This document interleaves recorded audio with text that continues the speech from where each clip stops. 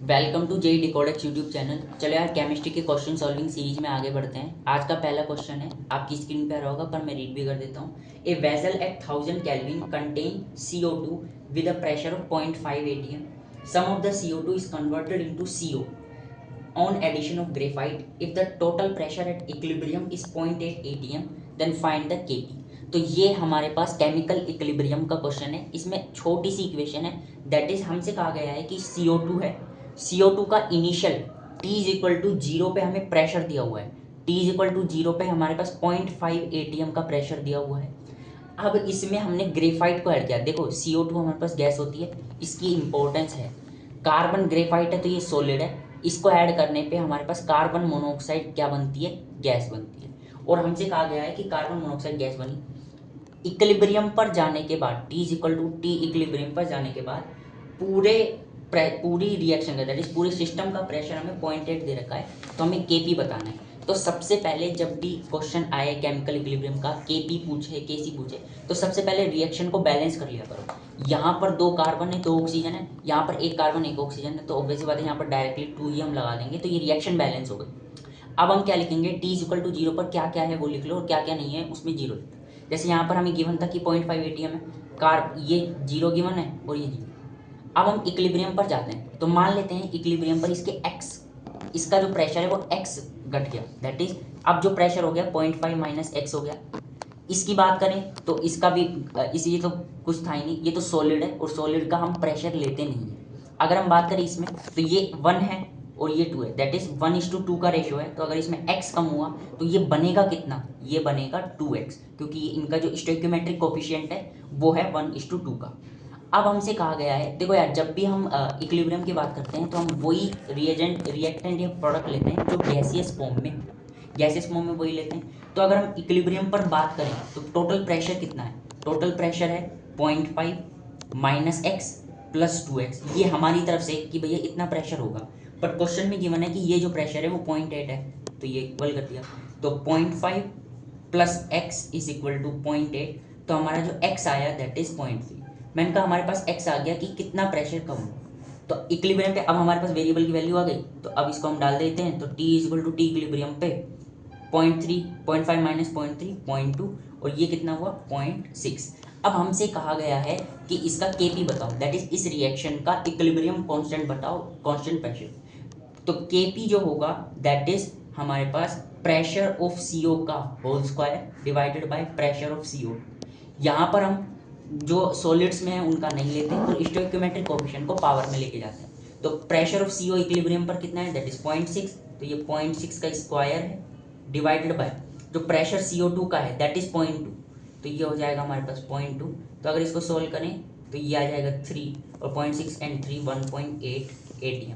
तो हमारा जो Kp आया है दैट इज 1.8 atm, जो कि हमारा ऑप्शन नंबर 1 है। तो इस क्वेश्चन का जो आंसर है दैट इज 1।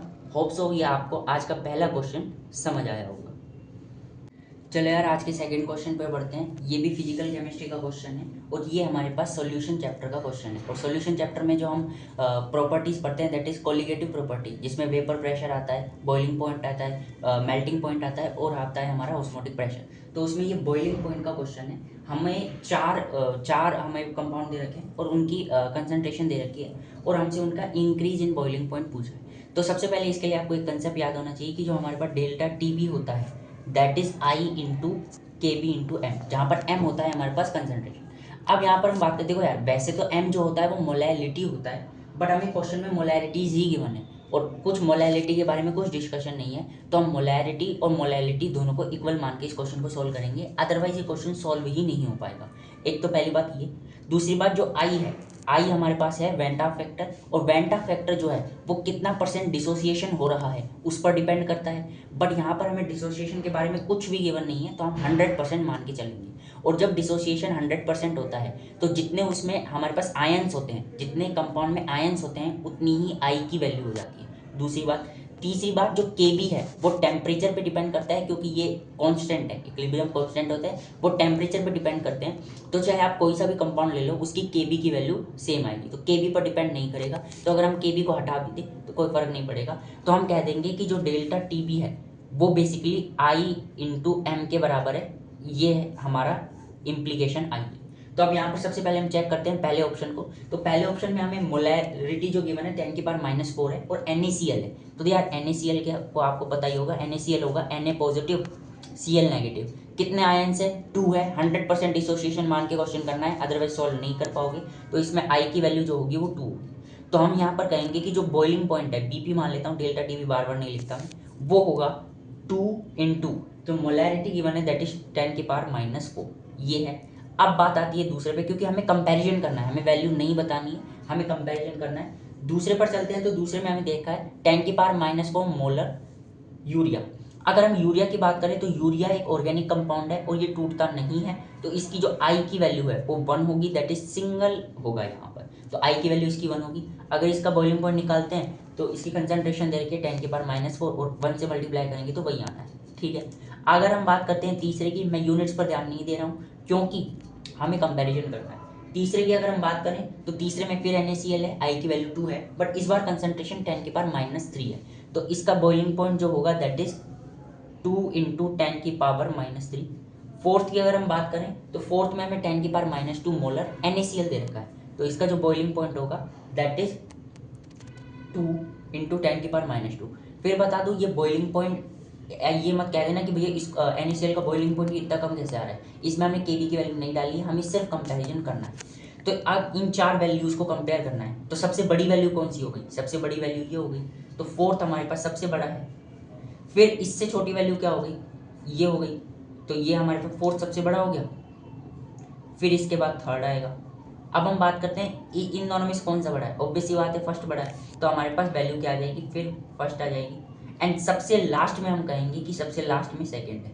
तो फोर्थ, थर्ड, फर्स्ट, सेकंड, और ये हमारा ऑप्शन नंबर डी है। तो इस क्वेश्चन का आंसर जो होगा that is option number D. Hope so आपको ये क्वेश्चन समझ आया होगा।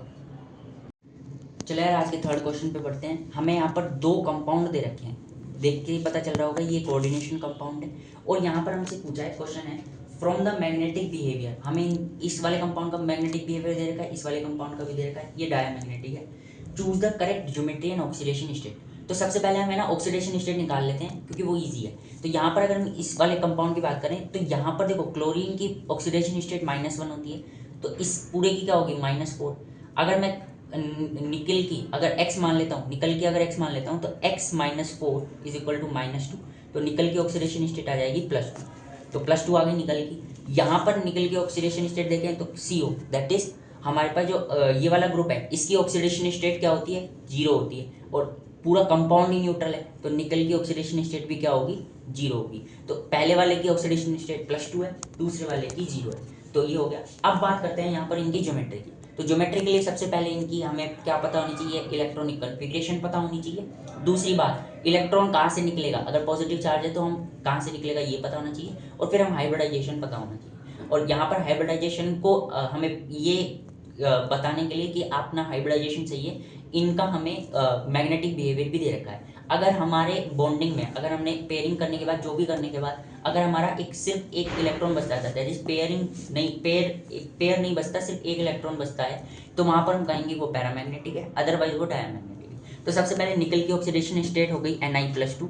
और Na निकल की अगर हम बात करें, निकल का जो इलेक्ट्रॉनिक कन्फिग्रेशन होता है 4s2 3d8।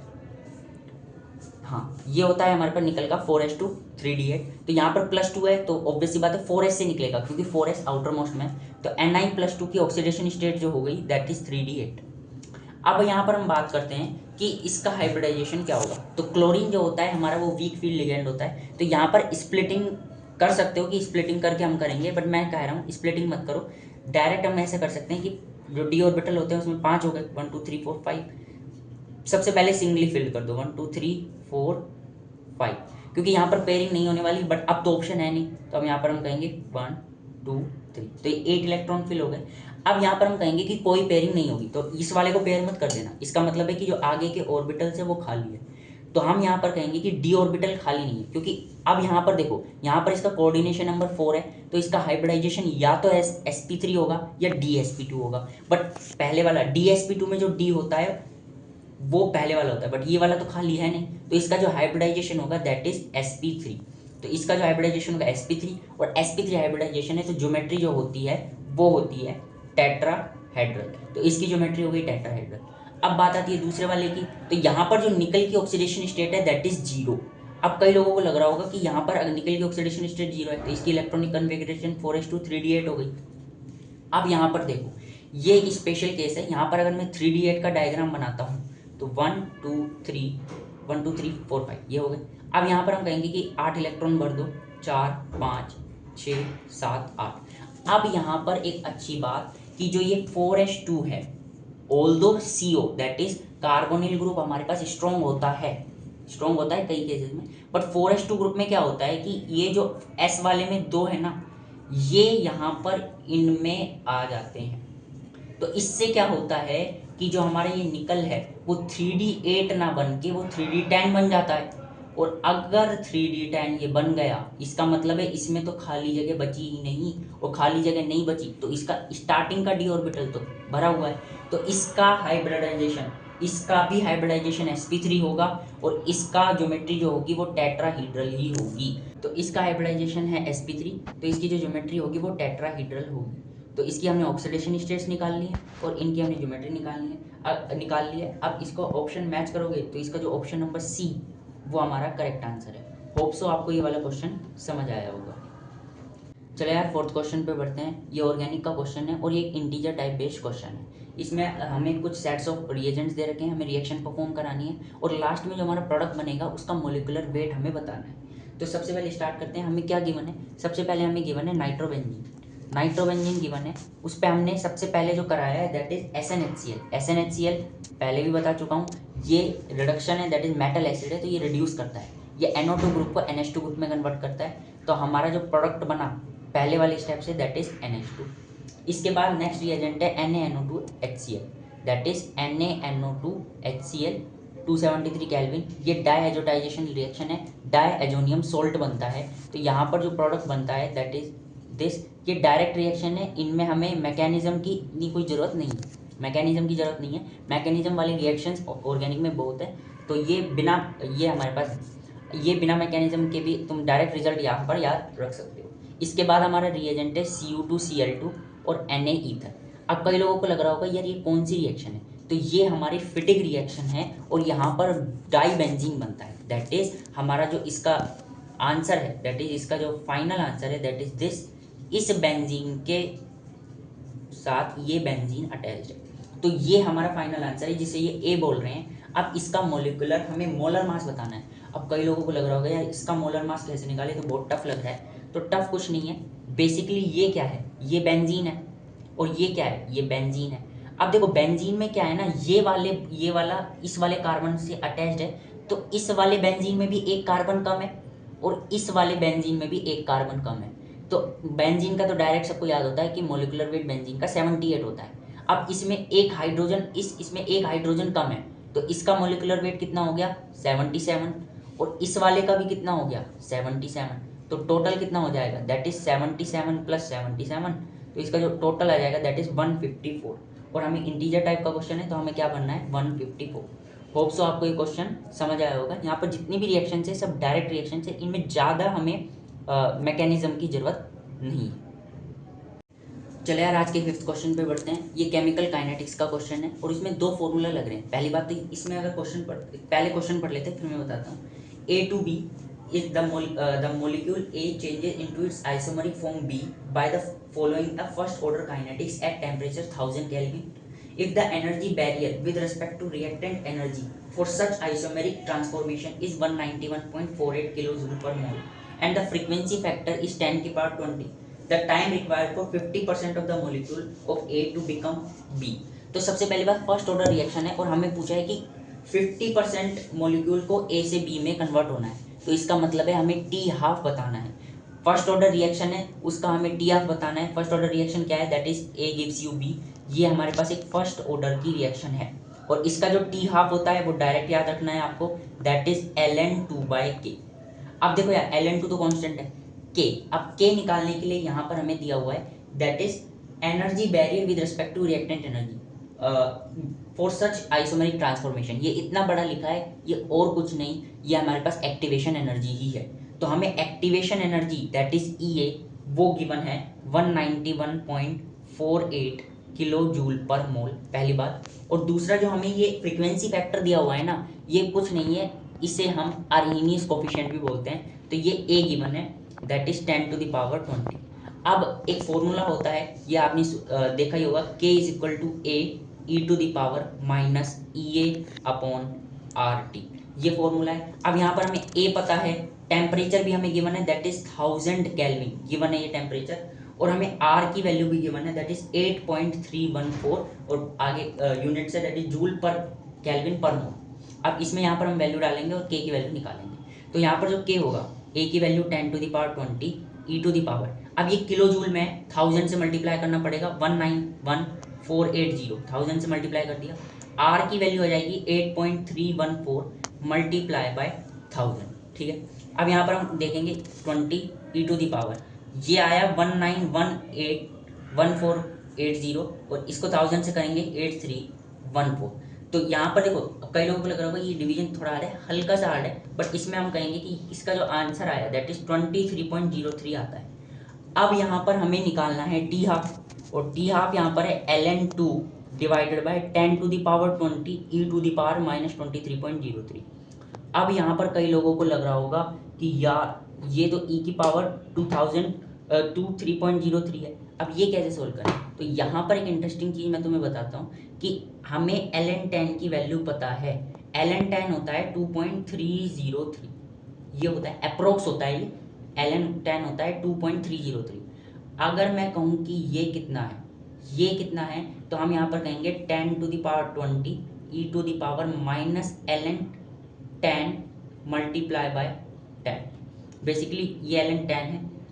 अगर मैंने अगर मैंने इसको मल्टीप्लाई कर दिया 10 से, तो यही बन जा रहा है, दैट इज इस वाले को 10 से मल्टीप्लाई किया तो 23.03 बन रहा है।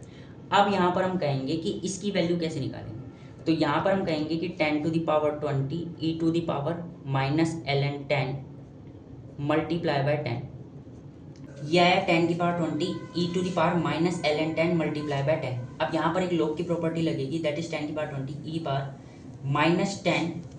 e⁻−10 अब ये जो -10 है ये चला जाता है पावर में, तो यहाँ पर देखो, यहाँ पर अगर मैं सॉल्व करता हूँ, ये आता है 10⁻20 e⁻−ln10 अब ये और ये क्या होता है, रिप्लेसेबल होता है। तो यहाँ पर हम देखिए 10⁻20 मल्टीप्लाई बाय 10⁻−10, तो ये क्या आ जाएगा 10⁻10। तो मतलब ये जो पोर्शन है सॉल्व करके 10⁻10 आया, और ln2 की जो वैल्यू होती है दैट इज 0.693 डिवाइडेड बाय 10⁻10। हमसे जो आंसर पूछा है वो पूछा है पीको सेकंड में, पीको सेकंड होता है 10⁻12। तो यहाँ पर हम देखें तो ये आ जाएगा 69.3 इंटू 10⁻12 पीको सेकंड, और ये हमारा आंसर है। अगर हम इसको देखें तो पीको सेकंड हो गया, बेसिकली ये हो गया, ये 10⁻10 ही पीको सेकंड में आएगा, बेसिकली इसको हटा देंगे। तो यहाँ पर जो हमारा इंटीजर आता है दैट इज 69.3, तो हमें क्लोजेस्ट इंटीजर बनना है, यहाँ पर लिखा भी हुआ है नियरेस्ट इंटीजर, तो यहाँ पर जो हमारा आंसर होगा दैट इज 69। तो यार इसका कैलकुलेशन पार्ट हो सकता है, यहाँ पर लोग आकर कहें कि यार इसको बिना कैलकुलेटर के कैसे सोल्व करें, तो ये जेई ने थोड़ा क्रिएटिव बना दिया है इसे कि ln10 को इस तरीके से सोल्व कर सकते हैं। होप सो आपको समझ आया होगा, अगर समझ नहीं आया ना तो एक बार कमेंट्स में डाल देना, मैं इसका रिप्लाई वहाँ भी दे दूंगा। वैसे ये इतना कुछ टफ नहीं है, इसमें लोग की थोड़ी सी प्रॉपर्टी लग रही है। होप सो ये आपको कैलकुलेशन वाला पार्ट समझ आया होगा, क्योंकि इसका कंसेप्ट तो ईजी ही है। चलिए यार आज की वीडियो के 6th क्वेश्चन पे बढ़ते हैं। ये क्वेश्चन हमारे पास है, a liquid when kept inside a thermally insulated closed vessel eight 25 degree Celsius was mechanically stirred from outside, what will be the option, correct option for the following thermodynamic parameter. तो देखो यार हमारे पास एक thermally insulated vessel है। अब thermally insulated का vessel क्या है कि वो एकदम क्लोज्ड है और उसके अंदर कुछ चीज़ें भरी हुई हैं, और हमने मैकेनिकली बाहर से कोई रोड लगा ली होगी जो कि थर्मली इंसुलेटेड होगी, और वहाँ से इस जो अंदर जो सोल्यूशन है या फिर क्लोज वेसल के इनसाइड जो भी हमारे पास सोल्यूशन है उसको हमने स्टिर किया। तो अब यार यहाँ पे देखो कि थर्मली इंसुलेटेड है, इसका मतलब कि हीट का जो मूवमेंट है, हीट का जो हमारे पास फ्लो है वो नहीं होगा, तो हमारे पास जो क्यू दैट इज हीट है वो 0 आएगी। अब यहाँ पर हमारे पास ये है कि हमने आउटसाइड बाहर से हमने इसे स्टिर किया है, इसका मतलब work done on the system हुआ है, और ऑन द सिस्टम अगर वर्क डन होता है तो उसकी वैल्यू क्या आती है, पॉजिटिव। और हमें पता है कि जो फर्स्ट लॉ ऑफ थर्मोडायनेमिक्स होता है जो होता है कि delta U is equal to Q plus W.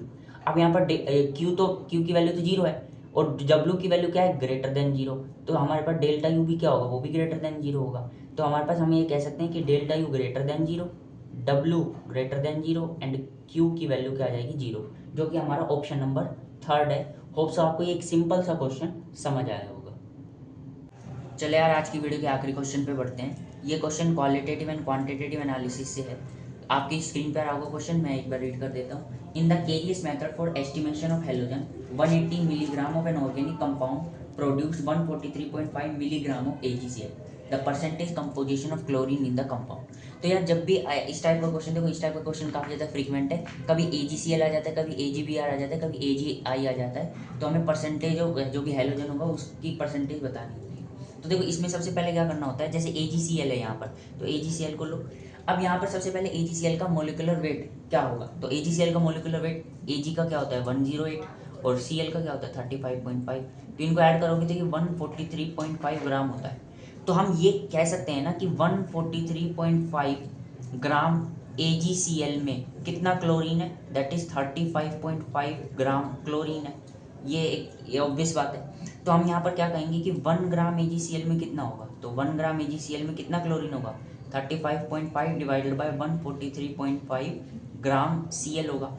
अब बट हमें क्वेश्चन में दे रखा है 143.5 मिलीग्राम, तो हम यहाँ पर कहेंगे कि 143.5 मिलीग्राम AgCl में कितना होगा, तो 143.5 से मल्टीप्लाई करेंगे। और यहाँ पर कैलकुलेशन देखो इतनी कोई हार्ड नहीं है।